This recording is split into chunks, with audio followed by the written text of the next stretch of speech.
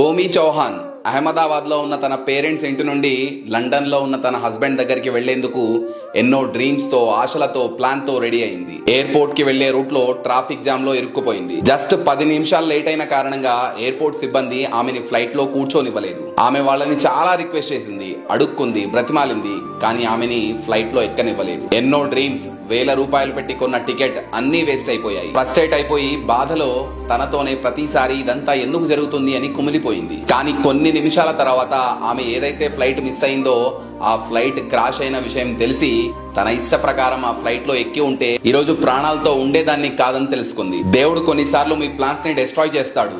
కొన్నిసార్లు మీరెంత బలంగా కోరుకున్నా కూడా వాటిని మీకు ఏమాత్రం ఇవ్వడు. ఎందుకంటే ఆ పైవాడికి బాగా తెలుసు మీరు ఏదైతే కోరుకుంటున్నారో అది మీకు కరెక్ట్ కాదని. ఈ రోజు మీరు అనుకోవచ్చు, నా లైఫ్ లో ఎందుకు ఇలా అవుతుంది, అందరి లైఫ్ బాగానే ఉన్నాయి కదా, నాకే ఎందుకు ఆ దేవుడు అన్యాయం చేస్తున్నాడని మీరు అనుకోవచ్చు. కానీ ఏదో ఒక రోజు పలానా టైంలో పలానా జరగడం నాకు మంచిదే అయిందని మీరే రియలైజ్ అవుతారు. అందుకే దేవుడి ప్లాన్స్ మీద నమ్మకం ఉంచండి. మీ లైఫ్ లో ఇప్పుడు ఏది జరుగుతుందో అది మీ మంచి కోసమే.